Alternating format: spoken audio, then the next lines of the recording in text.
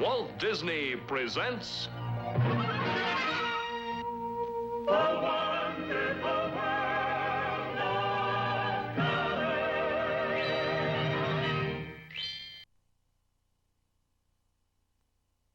we bring you One Day at Teton Marsh.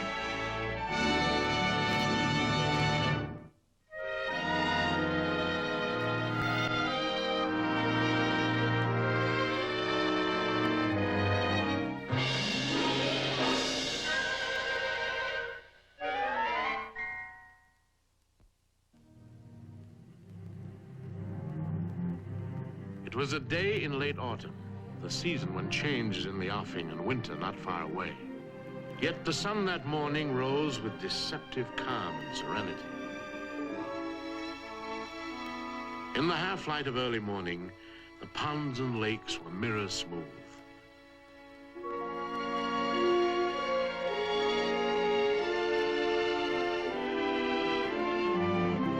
The towering peaks of the Grand Teton Range were gradually revealed in all their grandeur.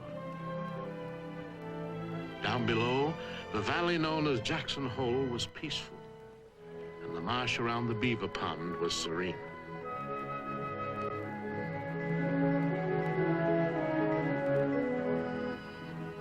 It was a bracing morning with a touch of chill in it, a good day to be alive.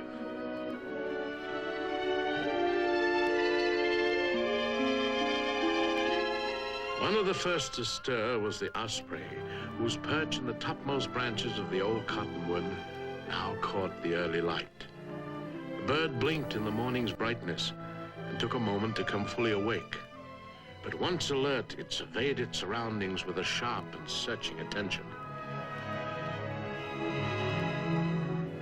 The osprey counted himself sole possessor of the waters of this valley, all the creeks and lakes and rivers, for these were his fishing ground.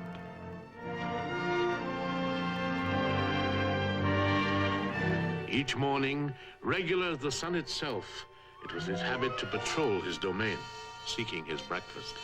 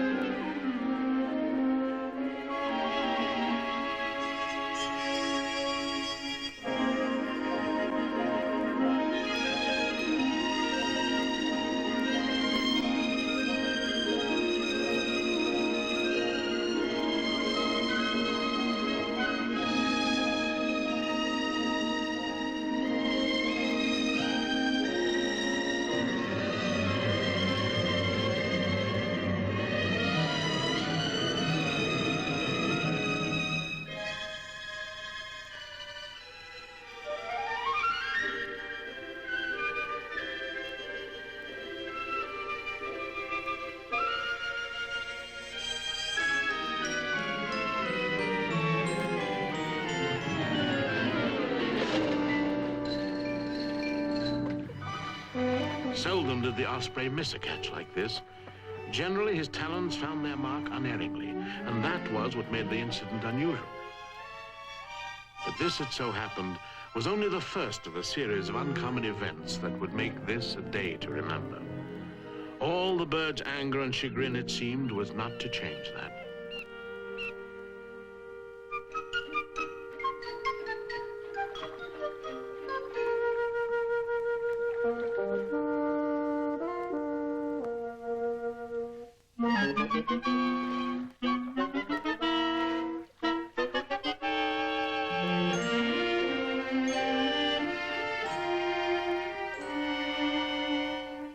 Indeed, the hawk's normal poise was considerably upset a few moments later when it appeared that the otter family had been luckier than he. He almost felt like scolding himself.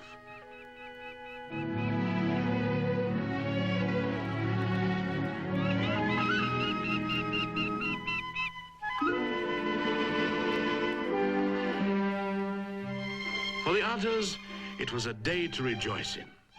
But then for an otter, every day is a good day, since he is probably the happiest and hungriest creature alive. Always ravenous, full of spirits, high-strung, and quick to indulge in play.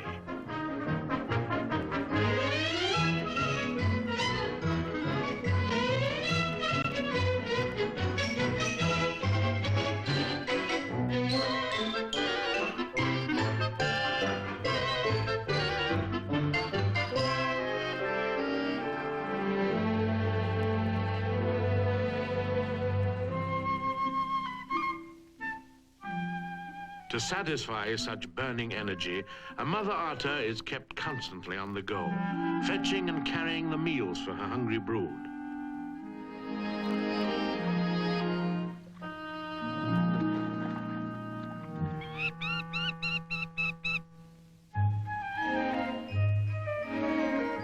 It just happened on this particular morning that she momentarily left her prize unguarded, and thereby put temptation in the way of her neighbor.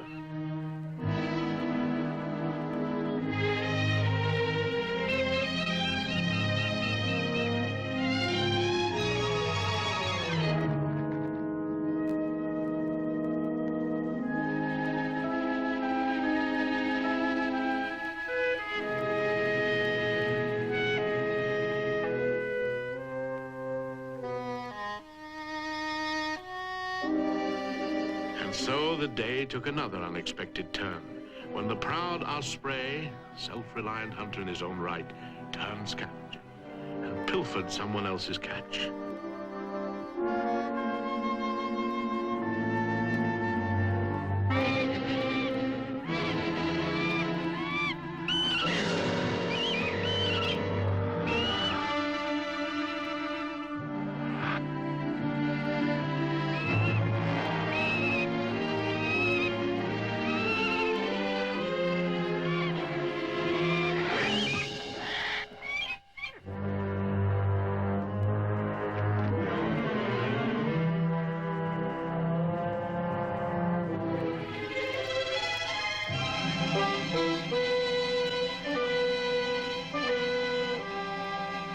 Thus the day began. Everything contrary to custom. The fish hawk dining on trout he himself had not bothered to catch.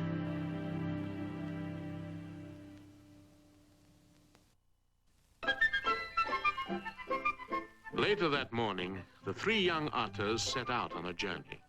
A journey to nowhere, really, for otters don't need a definite destination. Their natural curiosity carries them along, free as leaves blown by the wind.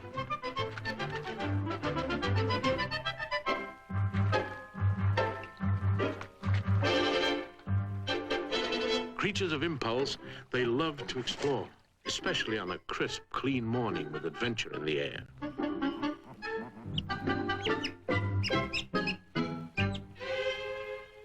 Suddenly, they spied an animal they knew was best left alone. For the wolverine is not ordinarily given to pranks and gregarious companionship. To him, the daily search for food is a serious pursuit, and he practices it with a certain relentless determination.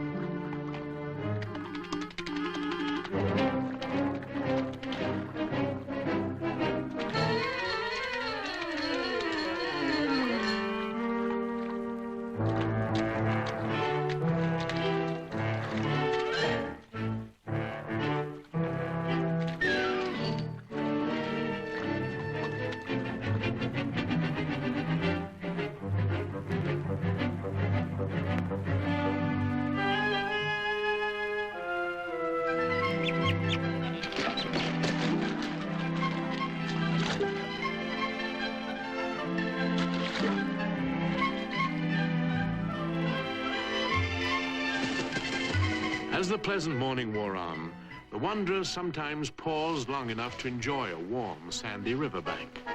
Here was the chance to dry themselves and clean their fur.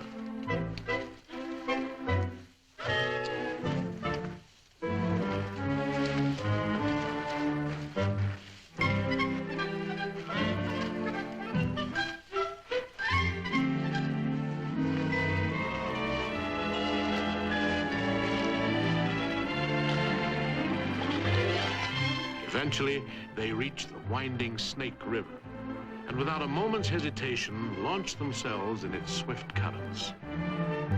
Now they became voyagers. Travel was effortless. All they need do was ride with the river. In no time, it would carry them for miles.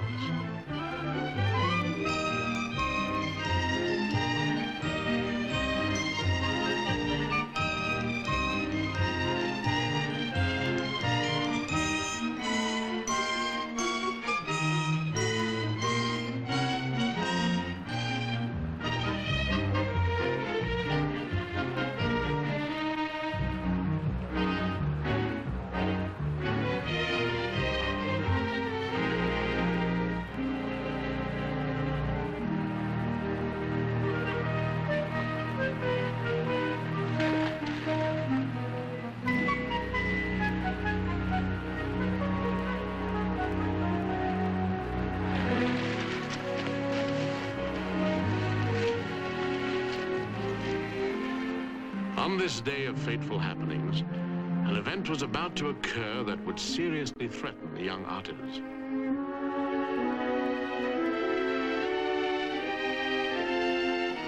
High above their playground, a rock balanced precariously on the crags. Over eons of time, the unrelenting forces of heat and cold had pried it loose. This was the moment it broke away.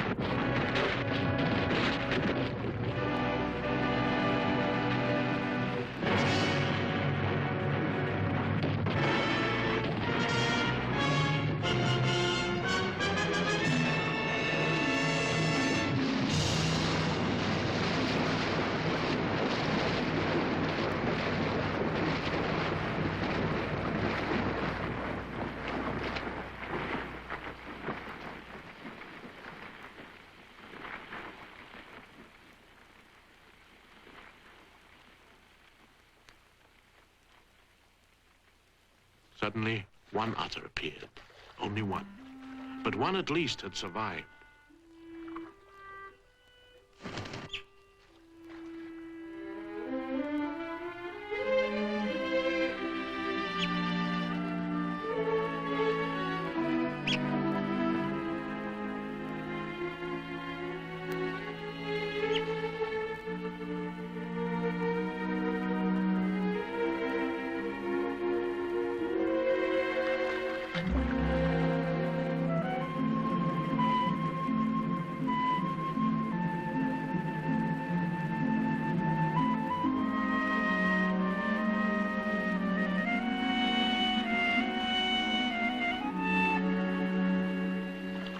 Farther along the bank, he continued the hunt, half hoping his companions might turn up.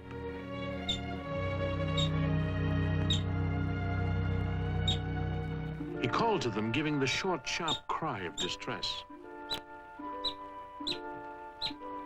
But there was no reply, no echoing sound. Instinctively now, he knew what he must do. He must return home. He must find his mother. The home den, when he got there, was empty. Mother was off somewhere on business of her own, no telling where.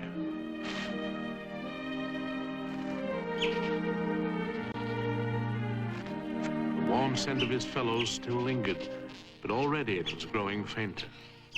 And it only served to emphasize the overwhelming sense of emptiness within him.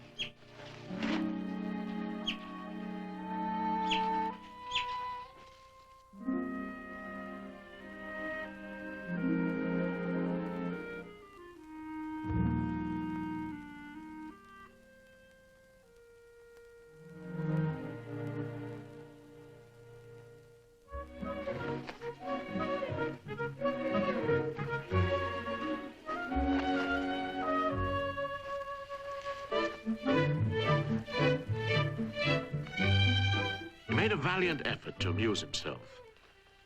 Oh, but it was no go. He needed not a lifeless plaything, but vital, responsive playmates.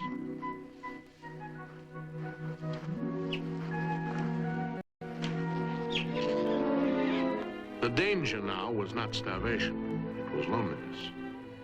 In an animal as sensitively attuned as the otter, loneliness can destroy even the will to live. And so this forlorn little orphan went forth seeking company. Company of most any kind.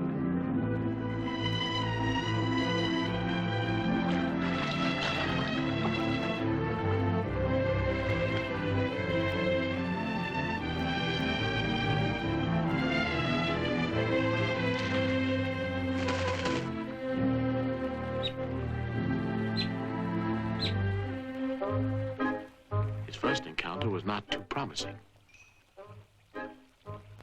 If there was an out-and-out loner in these woods, here he was, the porcupine. Slow-moving, slow-thinking, and slow to encourage acquaintance. A prickly personality if there ever was one.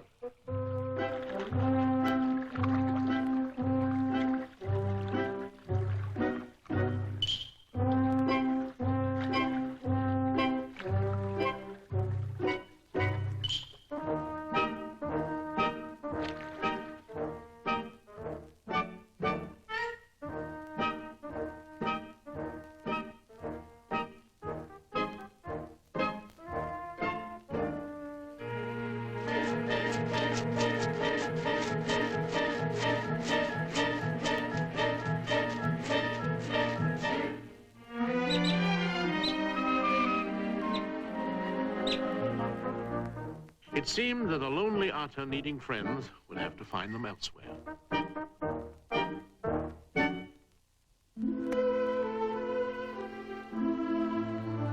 Continuing his odyssey, the otter moved on.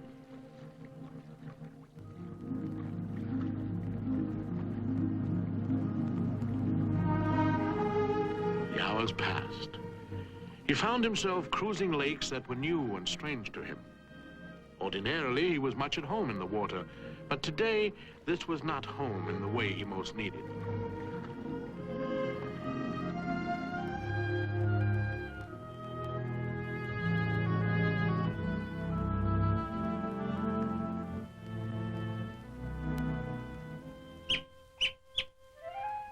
At last, he spied other creatures, some stately trumpeter swans.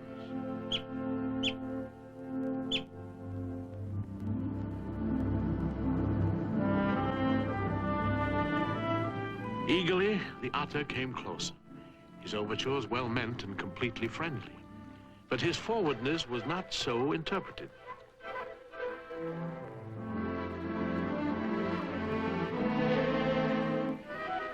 It happened that the swans were in their molting period, and until their wing feathers grew back, they could not take to the air. Thus, they were extremely skittish and mistrustful of all strangers.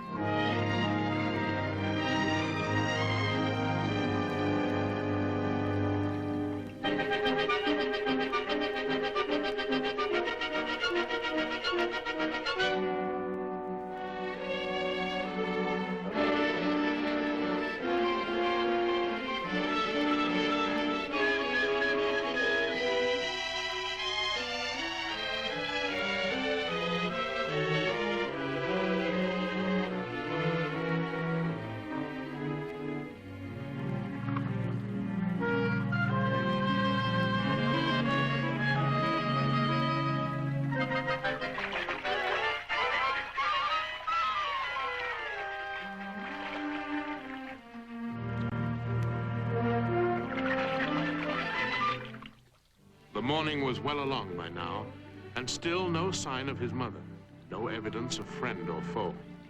It was as though all others of his kind had vanished, leaving no footprint on these shores.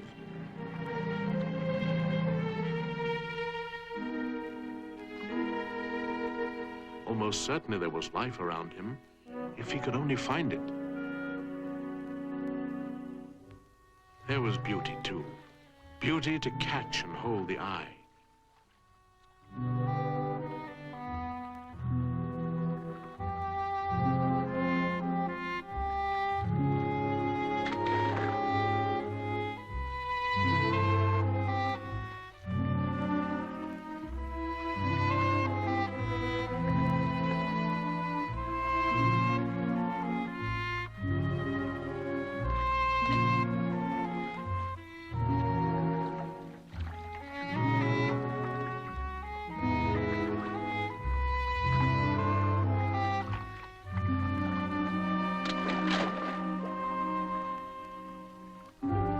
The more he watched these antics, the more they intrigued him. For the pageantry of the water birds was colorful and somewhat unpredictable.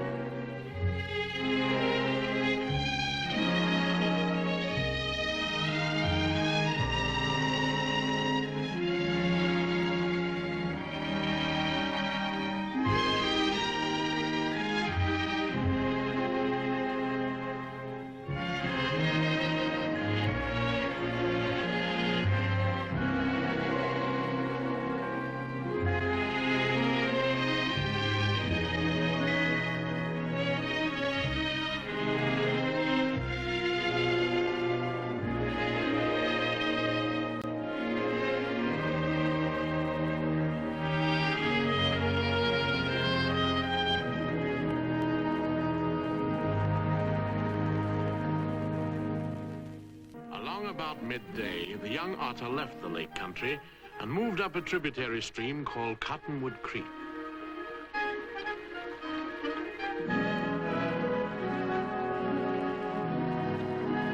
Now he was in beaver territory. Before he had gone far, he met a curious barrier of sticks and logs standing squarely across the current. He had never seen its like before. But then he was young and inexperienced.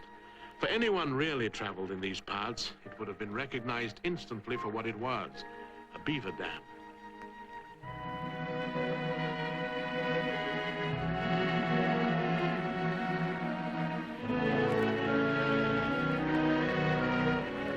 Above the barricade, the otter stopped in sudden surprise. Here was a possible friend, someone rather like himself.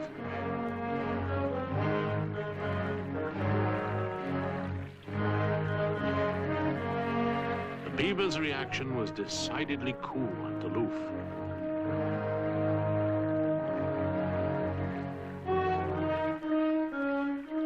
For some reason, beavers don't care for otters. Perhaps they can't stand so much nervous energy.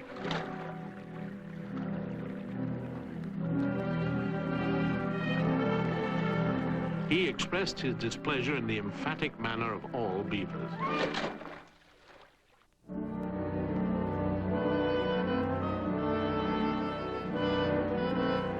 Instinctively, he went off to hide, using the secret entrance that led inside his snug house. This fellow was a bachelor, somewhat the exception among his kind. Yet he didn't live alone. He had a family of a sort. These were muskrats, squatters here with the beavers' full permission.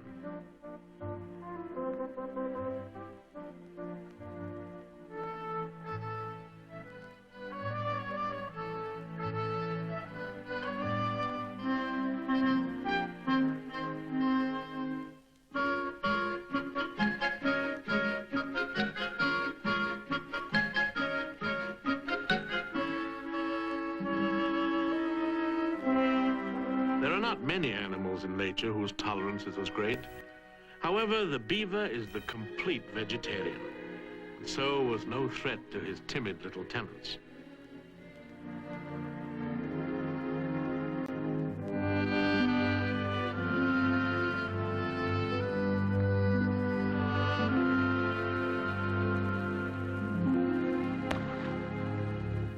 Snubbed again. Oh well. The orphan nobody seemed to want set out to explore this watery wonderworld. Being an amphibious animal, he was as much at ease below the surface as he was above, and his effortless gliding dives took him along intriguing corridors through elfin dancing forests.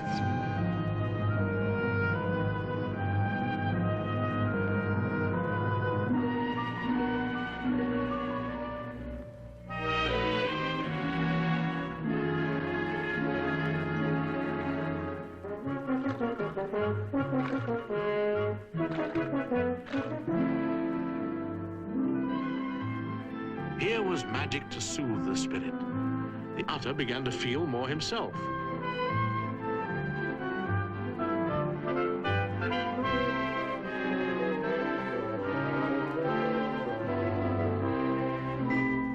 The bubbling pulse of a hidden spring was met and matched by his own effervescent joy.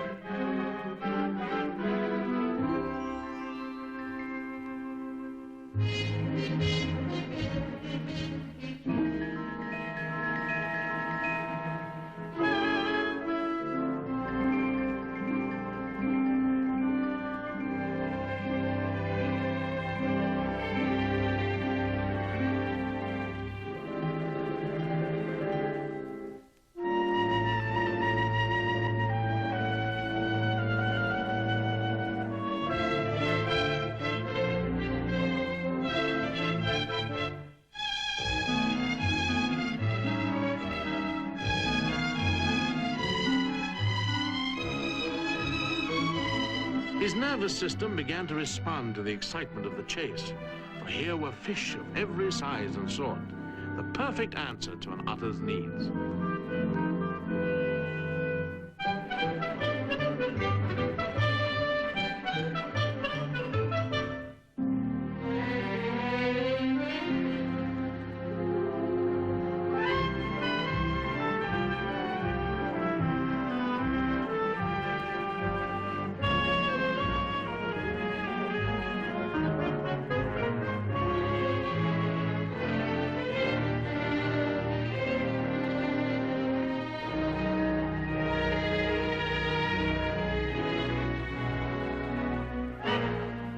His catch, it so happened, was made right at the beaver's front door.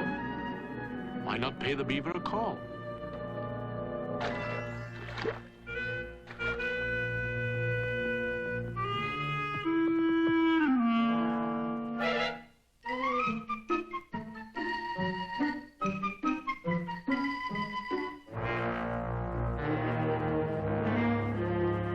Now began a curious clash of personalities. Almost a clash of wills.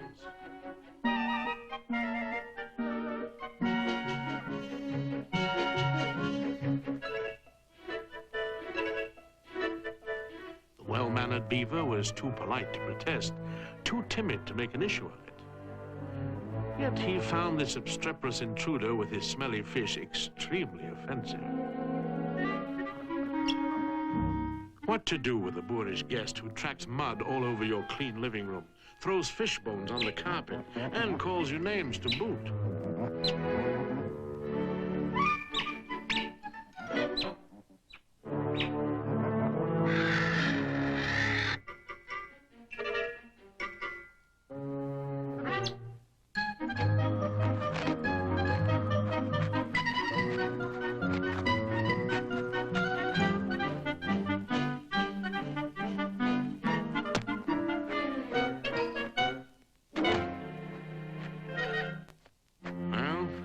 Remove him by the scruff of the neck as he deserves, then you can always remove yourself.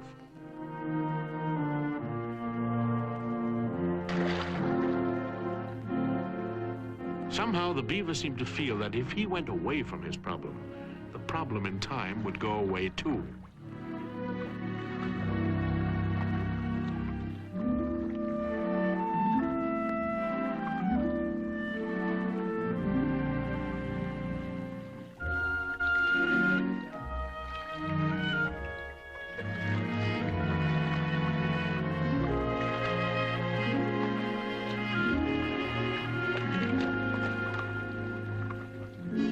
His quiet sulking was presently interrupted by the approach of another beaver.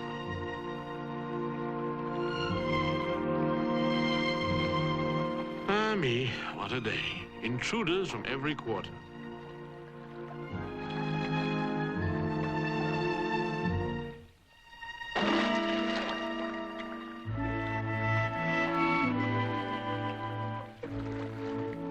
This one, it turned out, wasn't quite so unwelcome as the officious otter. For this was a female beaver, dainty, demure, and strangely disturbing. His self-sufficient bachelorhood was about to become a lost cause. This truly was a day of change.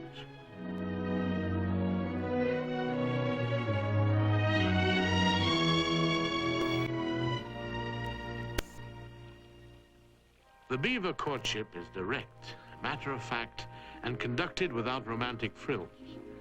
The two arrived at an understanding almost at once.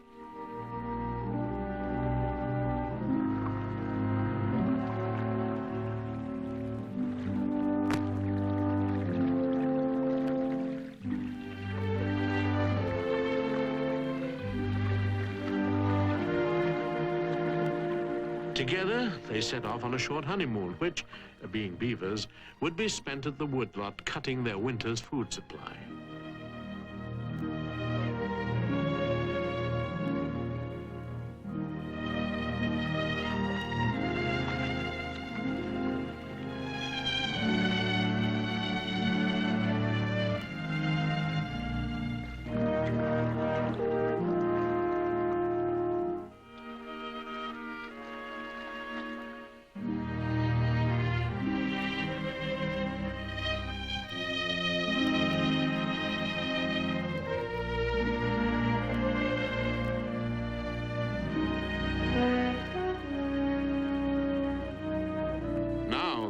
Of these woods made a disturbing discovery.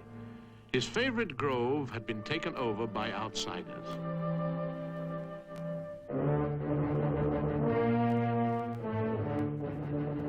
The moose often came to browse on the beaver's aspen, but at this time of year they were more than just a nuisance. They could be definitely dangerous, for it was the rutting season. In their blind rages, the great beasts often went charging through the forest, hardly looking where they were going.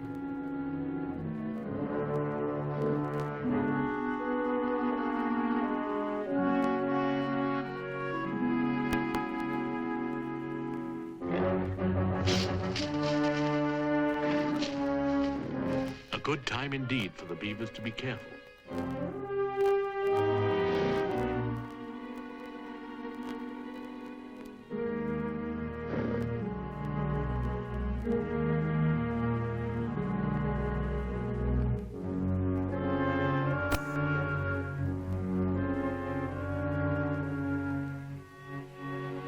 When finally the monsters took themselves off, the beavers could at last settle down to the business at hand.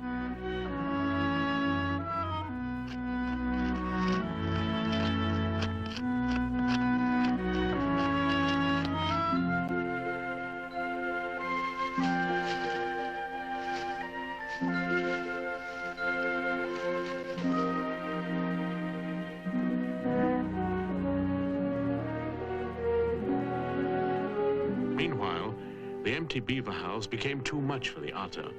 By now the muskrats had deserted him too. And so he took up his odyssey again. Lonely, unwanted, no longer sure just what it was he was seeking. But now he knew. There they were, his family, somehow miraculously brought together again.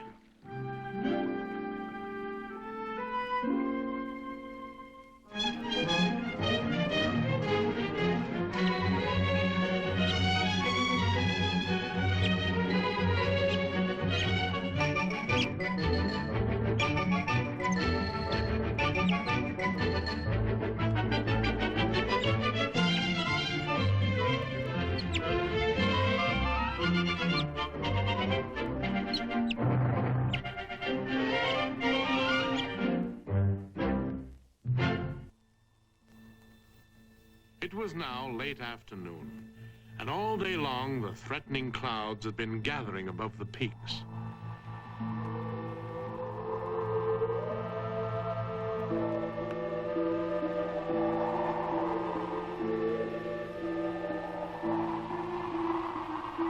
A mounting wind began to rattle the branches, bringing down the lifeless, faded leaves.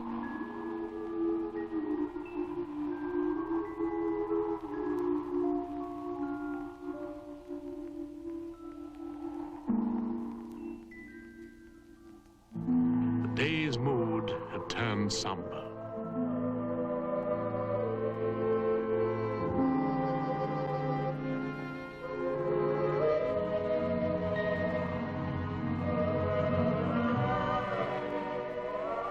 It was a sad and melancholy sound, the wind song, for it spoke to the creatures of Teton Marsh in ghostly tones of warning.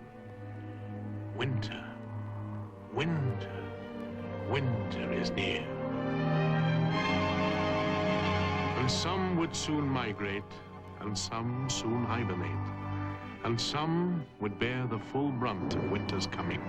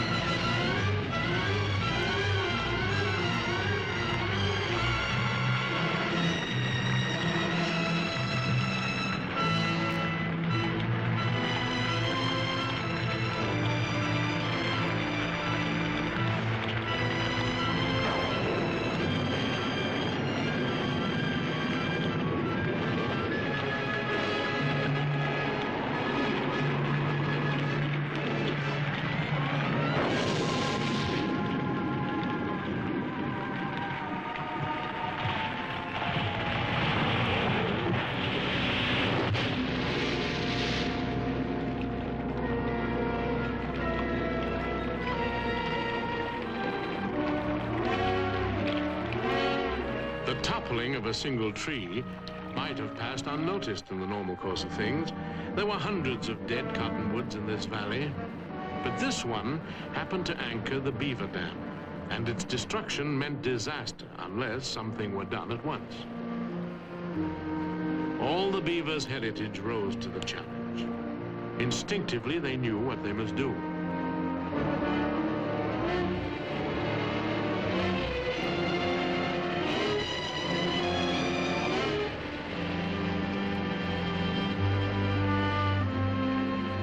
Automatically and without hesitation, they headed for their woodlot to cut the trees needed for repair.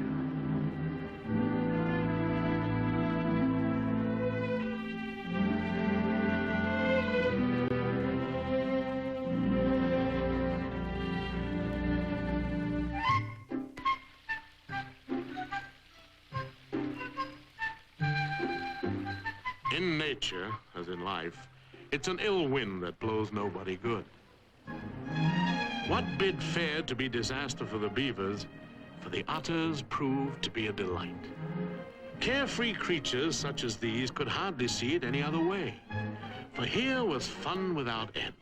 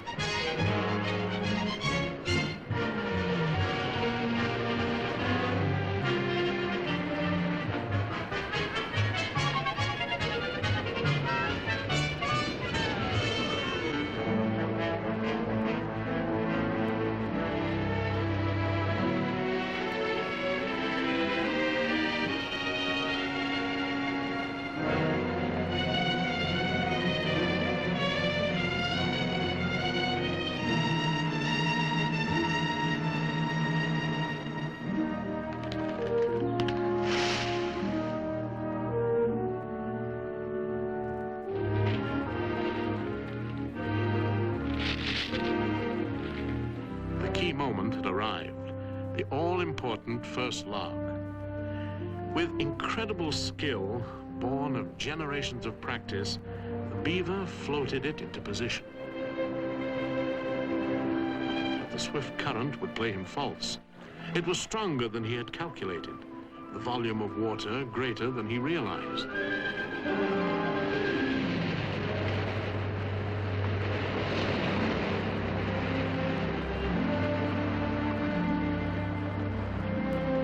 Refusing to concede defeat, the beaver picked up his tools and his pride and went back to work.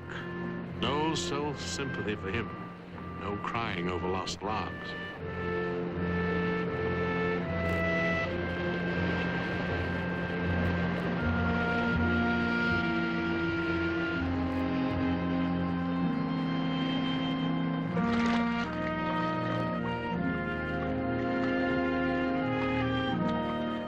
His next attempt was perfectly executed. The stick floated in sideways, caught at each end, and hung up exactly as it should.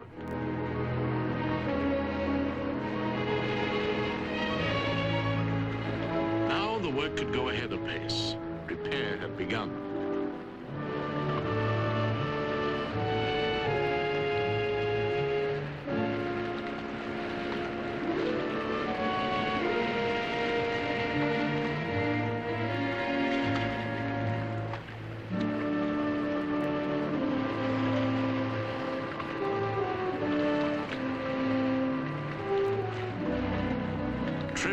Trip the beavers made, taking turn and turn about, going and coming as fast as they possibly could, all the rest of that long afternoon.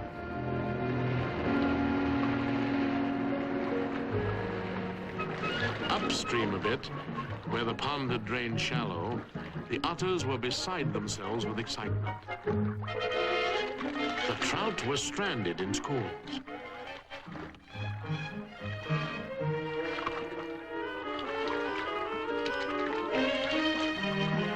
Greedy little family feasted like insatiable gluttons.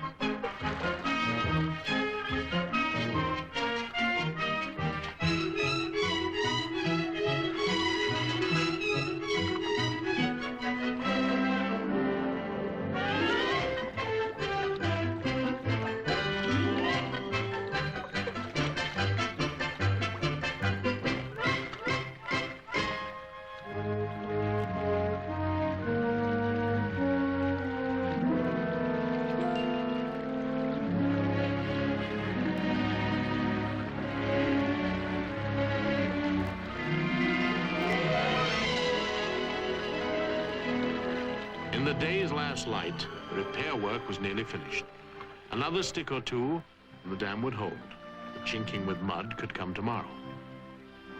It had been touch and go for a while, and the beavers were near exhaustion. Yet they took a moment, in spite of that, to clean and groom their fur. A beaver hates to leave anything untidy, including even himself.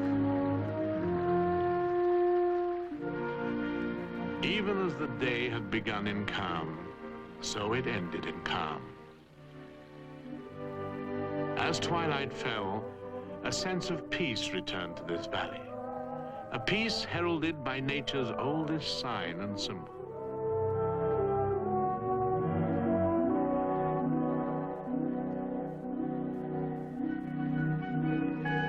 The golden orb of the westering sun touched the scene with its last probing arrows of light. The mirror-smooth waters caught the jeweled rays and hurled them back in joyous glory.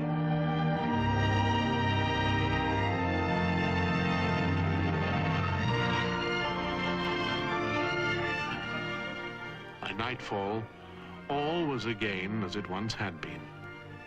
Life was once more triumphant and undefeated. For the beavers, the otters, and all the denizens of Teton Marsh, it had been a good day to be alive, a day to live through and remember.